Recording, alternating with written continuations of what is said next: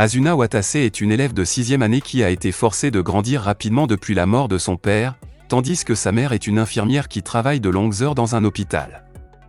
Asuna passe ses journées solitaires à écouter la musique mystérieuse qui émane du récepteur à moustache de chat, que son père lui a donné en guise de souvenir, accompagné de son chat de compagnie nommé Mimi, qui porte d'étranges marques rouges sur sa fourrure. Un jour, alors qu'elle se rend à son club house en traversant un pont, elle est attaquée par une créature effrayante mais est sauvée par un mystérieux adolescent qui se fait appeler Chin. Il la prend dans ses bras puis saute du pont. Plus tard, Asuna se réveille alors qu'il fait déjà nuit. Ensuite, il lui promet que tout ira bien puis la demande de ne pas venir dans les bois toute seule. Le lendemain à l'école, l'enseignante de la classe d'Asuna dit qu'elle va être remplacée temporairement à cause de sa grossesse. Après quelques jours, elle se rend à l'endroit où Chin se cache. Asuna soigne la blessure de Chin, qui s'est battu contre la créature, puis ils écoutent tous les deux la radio d'Asuna. Chin dit à Asuna qu'il vient d'un autre pays appelé Agartha et qu'il est venu ici pour trouver quelque chose. Il donne ensuite à Asuna une bénédiction sous la forme d'un baiser sur le front. Asuna part précipitamment et dit à Chin qu'elle sera de retour demain. Chin, maintenant seul, lève les yeux vers les étoiles puis saute du haut de la falaise. Le lendemain matin, Asuna apprend par sa mère qu'un garçon a été retrouvé mort dans la rivière, mais refuse de croire qu'il s'agit de Chin. À l'école, Monsieur Morizaki, le professeur remplaçant, donne une explication sur un livre qui attire l'attention d'Asuna lorsqu'il mentionne Agartha, le pays des morts. Après l'école, elle rend visite à Morizaki et lui pose des questions sur Agartha. Morizaki explique qu'il y a longtemps, lorsque l'humanité était encore jeune, elle avait besoin d'être guidée par des dieux appelés Quetzalcoatl, qui sont aussi les gardiens des portes d'Agartha, le nom donné au monde souterrain. Mais après que l'humanité est devenue mature, elle n'avait plus besoin de guide. Donc les Quetzalcoatl sont partis s'installer dans les profondeurs de la Terre avec un petit groupe d'humains qui les avait suivis. Par la suite, Asuna se rend dans sa cachette mais trouve un autre garçon mystérieux qui ressemble à Chin, debout sur la falaise. À ce moment-là, un groupe d'hommes armés appelés les archanges apparaît et les attaque tous les deux avec un hélicoptère. Le garçon mystérieux se cache dans l'entrée souterraine avec Asuna, et les deux avancent plus loin dans la grotte lorsque l'entrée de la grotte est bombardée. Ils rencontrent un Quetzalcoatl qui a apparemment perdu ses sens physiques et attaque le garçon. Il refuse de tuer le gardien de la porte et donne à Asuna sa clavis, un cristal avec des pouvoirs magiques, puis se défend. Les archanges interviennent et tuent le gardien. Le commandant des archanges capture Asuna et utilise la clavis pour ouvrir un portail vers Agartha. Le commandant et Asuna entrent dans le portail, suivis par le garçon. Une fois à l'intérieur, le commandant se révèle être Morizaki et le garçon se révèle également être Shine, le jeune frère de Chin. Morizaki dit à Shine que tout ce qu'il veut, c'est ramener sa défunte épouse d'entre les morts. Shine quitte Asuna et Morizaki. Morizaki dit à Asuna qu'elle peut repartir mais elle décide de l'accompagner. Ils entrent tous deux dans le royaume par une entrée sous-marine.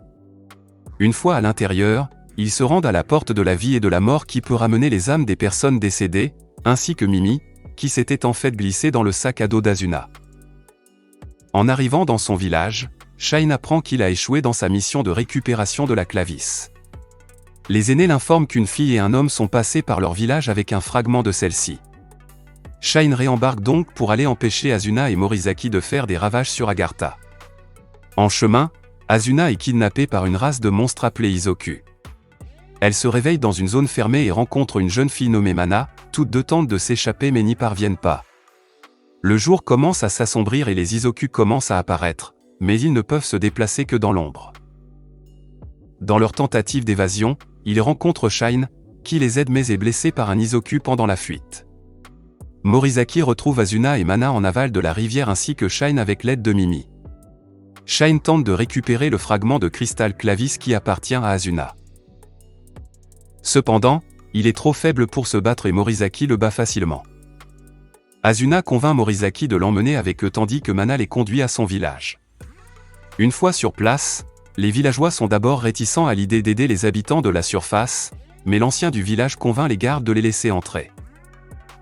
L'ancien les autorise à rester une nuit au village parce qu'ils ont ramené Mana, mais ils ne peuvent pas rester plus longtemps en raison de l'histoire passée qui veut que les habitants de la surface portent toujours des malheurs à Agartha. Pendant ce temps, Asuna prend des nouvelles de Shine mais il lui crie de le laisser tranquille. Le lendemain matin, Asuna et Morizaki quittent le village en bateau, mais Mimi ne veut plus les accompagner. Le lendemain matin, à son réveil, Shine entend des pleurs provenant de la chambre d'à côté. Il décide donc d'aller voir ce qui s'y passe. Mais à sa grande surprise, il trouve Mana en train de pleurer et voit le corps sans vie de Mimi. Plus tard, Shine, Mana et l'ancien vont offrir le cadavre de Mimi au Quetzalcoatl comme le veut la tradition. Mana marche vers la créature et l'attend le cadavre de Mimi, qui le met dans sa bouche directement. Au même moment, Shine découvre que l'ancien a ordonné à ses hommes d'aller éliminer Asuna et le professeur. Lorsque Shine voit les villageois partir à cheval pour les tuer, il décide de les suivre, afin de protéger Asuna. Morizaki et Asuna marchent vers une falaise abrupte lorsqu'ils sont attaqués par les villageois mais ils sont sauvés par Shine. Asuna essaie de descendre mais elle a trop peur, tandis que Morizaki continue, après avoir échangé son arme contre le fragment de Clavis et lui avoir dit de retourner à la surface. Pendant ce temps, Shine se bat contre les villageois et est sur le point d'être tué quand les villageois sentent que le cristal de Clavis a atteint la porte de la vie et de la mort. Ils abandonnent Shine pour le laisser errer sans but, ayant trahi son pays. Asuna, suivant les instructions de Morizaki de rester dans l'eau pendant la nuit à cause de l'Izoku, marche sans objectif et se demande pourquoi elle est venue à Agartha. Elle accepte finalement qu'elle est venue en Agartha parce qu'elle se sentait seule. Lorsque l'eau s'assèche, elle est attaquée par les Izoku mais est à nouveau sauvée par Shine.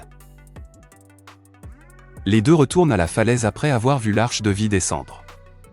Ils rencontrent un Quetzalcoatl qui est sur le point de mourir.